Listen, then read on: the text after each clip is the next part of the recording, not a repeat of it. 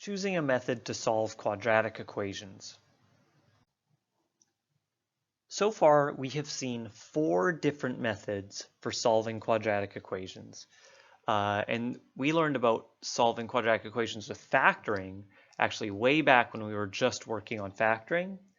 But we've since reviewed it, so we've seen that you can solve them with factoring, the square root property, we can do it by completing the square, or we can use the quadratic formula.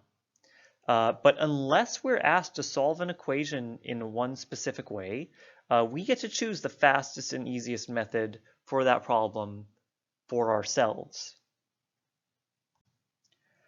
So this is the strategy that we recommend. Ultimately, if you have one of these, like for whatever reason, you just love completing the square and you're good at it, you can go for that. But we're going to make a general recommendation here that we think will make your lives easier. So the strategy. Step 1.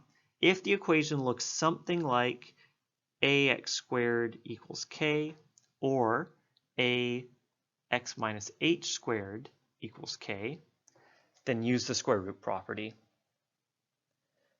and divide by a, and then say you have either x plus or minus the square root of whatever, so and so and so. If the equation doesn't look like that though, and you instead have something that looks like ax squared plus bx plus c equals 0, that's what we mean by doesn't look like that, something that looks more like this, then try factoring.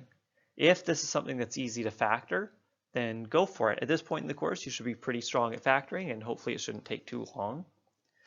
And you should be able to get your solution that way. But if the quadratic is not easily factorable, and you try looking for some numbers, and it's either going to take too long to find the right couple of numbers to do the factoring, or it's just not even factorable at all, then go to the quadratic formula.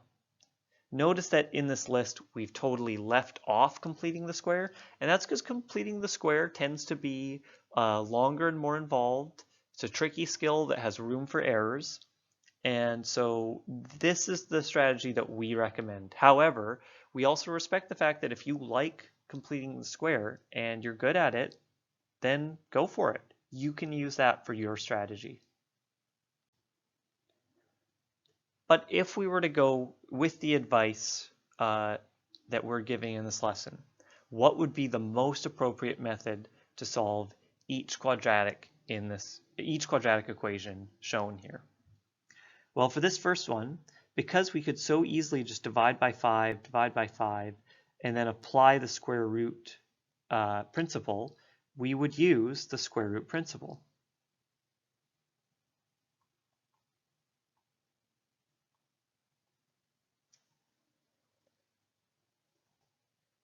In the second example, we have it at the form ax squared plus bx plus c equals 0. And so we should ask ourselves if it's easily factorable.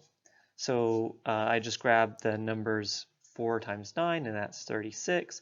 And can I get two numbers that multiply to 36 and add to negative 12? And I can, negative 6 and negative 6. So I would use factoring in example B if I was going to try to solve it, because that would be pretty quick for me. Last example, well, I would have to do a quick rearrange, bring 11 over to the other side, and now go ahead and see if this can be factored. So 8 times 11 is negative 88, and can I find factors of negative 88 that add to 6? Ugh. I'm looking at it and I don't like it. I don't like my odds or how long it's going to take me to do it. So for me, I'm going to go to the quadratic formula.